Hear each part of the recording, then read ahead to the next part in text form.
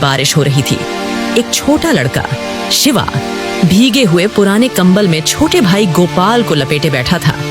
भैया, पेट में बहुत दर्द हो रहा है, कल से कुछ नहीं खाया। चुप हो जा गोपाल, देख मैं हूँ ना, मैं कुछ खाने का इंतजाम करता हूँ, और भगवान भी हमारी ये हालात देख रहा है। क्या भगवान गरीबों को नहीं देखता भैया? देखता है गोपाल, पर शायद हमें और मजबूत बनाना चाहता है। गोपाल तू यहीं रुक, मैं अभी आता हूँ। शिवा खुद की भी भूख छुपाते हुए उठता है और झोपड़ी से बाहर निकलता है। बारिश तेज हो रही थी। चलते चलते शिवा एक घर के सामने खड़ा हो जाता है। घर थोड़ा पक्का था, अंदर से हल्की रोशनी आ रही थी। शिवा दरवाजा खटखटाता है।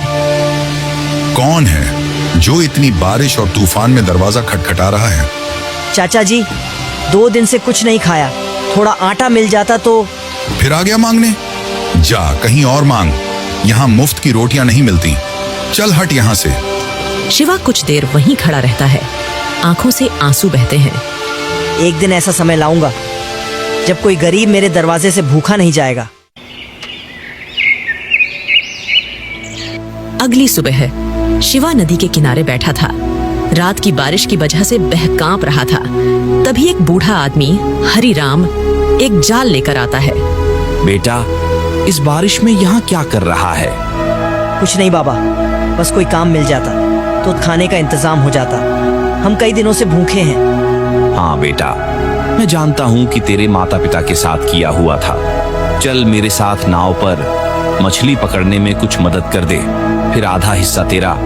सच में बाबा, अब मैं दिल से मेहनत करूँगा। इसके बाद दोनों नाव पर निकल पड़ते हैं, फिर नदी में जाल फेंकते हैं। शिवा थककर भी बिना रुके काम करता है। शाम को शिवा घर लौटता है। एक पुराने झोले में कुछ मछलियाँ और 2 रोटियां थी जो उसे बूढ़े मछुआरे ने दी थी। बिस्तर पर बैठा गोपाल शिवा को देखकर खुश होता है।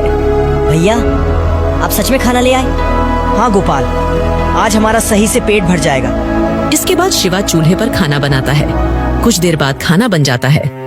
ले गोपाल, खाना खा ले। नहीं भैया, आधी तू खा, नहीं तो तू बीमार हो जाएगा। फिर दोनों भाई आधी आधी रोटी बांटकर खाते हैं। रात का समय गोपाल सो गया था। शिवा उसकी ओर देखता है, फिर आकाश की ओर। हे ईश्वर, मैं वादा करता हूँ इस छोटे से भाई को कभी भूखा नहीं सोने दूंगा। चाहे मुझे कितने भी कांटे क्यों न चुभे, मैं उसके लिए फूल बिछाऊंगा। तेज बिजली चमकती है, मानो ईश्वर ने उसकी प्रतिज्ञा सुन ली हो। अगले दिन शिवा फिर सुबह होते ही नदी किनारे पहुंचता है। हरिराम पहले से इंतजार कर रहा था। आ गया मेरे नौजवान मजदूर।